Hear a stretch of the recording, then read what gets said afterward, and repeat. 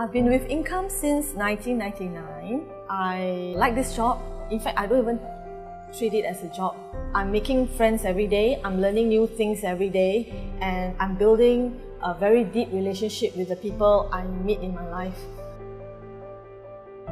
One of the memorable stories that I have will be my client. Previously, she was a stranger to me. Her name was Lily. So I knew her only after she had a stroke. From there, I found that she was very lonely, not many friends, and I stood by her to take care of her, and gradually I helped her plan some of her finances because she has two elderly parents to take care of. My stroke was in 2012 on the 16th January. It was a Monday morning. I was preparing to go to work, showered, dressed up, and then I felt this headache on the right side of my head. It was so painful that I was telling myself, what's happening to me? And I was alone at home at that time. So I went onto the bed, crawled onto the bed, and just collapsed, and I just slept. I told myself, this is it. If I'm going to die, this will be it. When I woke up, I realized I was in a hospital. And I found out that my mother came to the house, found me unconscious, called the ambulance with her help. Or she was there with me and encouraged me, because when I had a stroke, when I was in this state, I told myself I don't want to live anymore. All I want to do is I want to die. Because I told her there's no point going on living like this because I feel so trapped in my own body. Then she was the one, she said, no, you come a long way. Then she started showing me pictures of me when I was sick, when I had 7 tubes sticking out of me. She said, look, you have improved so much, so you must be strong and carry on. That's how she encouraged me. She was left very much on her own to cope with the paperwork to file the company's insurance claims. So I didn't really know her that well, but I told the mother to let me have a look, because if the claim application is filled wrongly, you will just never get your money.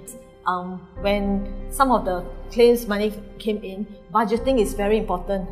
It's very important because financial resources are limited. So if we do not put a proper budget, the money will be depleted very quickly. So after I parked her policy with Income into certain single premium endowments, I stretched it over a period to stagger it such that the maturities come in at different times. This will ensure that her money lasts longer, and at the same time she has that insurance coverage. So in case anything happened to her, more will be given to the family. If she wasn't around then, I don't know how I would be here today like this. I really don't know how I would survive. My desire to go to work again and become financially independent again. And I want to follow like her footsteps, to be a source of help to them.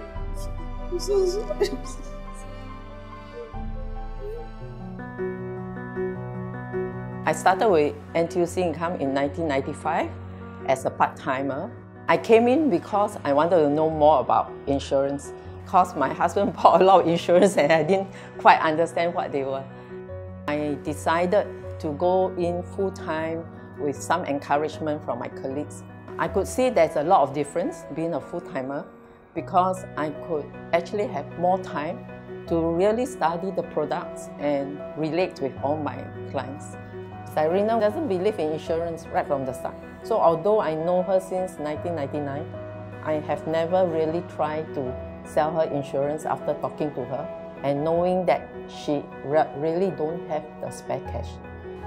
One day when she told me that the son, Hiker, was going to go into NS, I actually advised her to take up insurance for herself and the son since she's the sole breadwinner. So she told me she only had $100.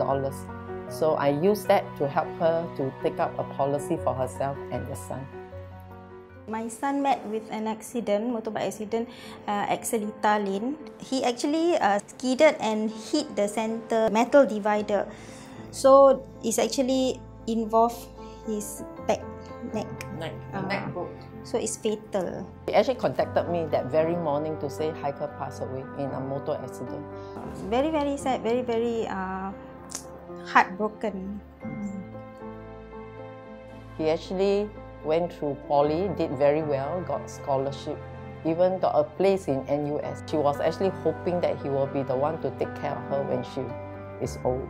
And I followed up with her, provided her with emotional support, and did the claim for her. And income actually paid up the coverage very fast. And with that money, she used it to take up additional coverage for the 2 younger sons and herself. And she really trusted me a lot, so she allowed me to do all the planning for her. Supia will message me, Supia will call me, do not skip your, meal, you must eat, My life will be like very different without meeting Supia. And I wouldn't buy any insurance plan for myself, or rather I don't know which plan to go for. Okay, I have never really thought of retiring. I want to work as long as my health permits, because basically in this job, you need to service your client. And all my clients are really my friends now. They expect me to be around to service them. As long as I'm around for, I would say it's a long time, I can see myself being an advisor with income for years to come. So I'm keeping myself busy, trying to exercise, eat good food, so that like my clients telling me, you must outlive me. Follow your ambition, enjoy your work, have fun in your work, do your best, and serve your clients well. And kindness is important. So in the course of your work, you will meet people who are very poor, you'll meet people who are in the middle class and who are very rich. But I feel that we should offer whatever services that we can to allow them to improve their lives.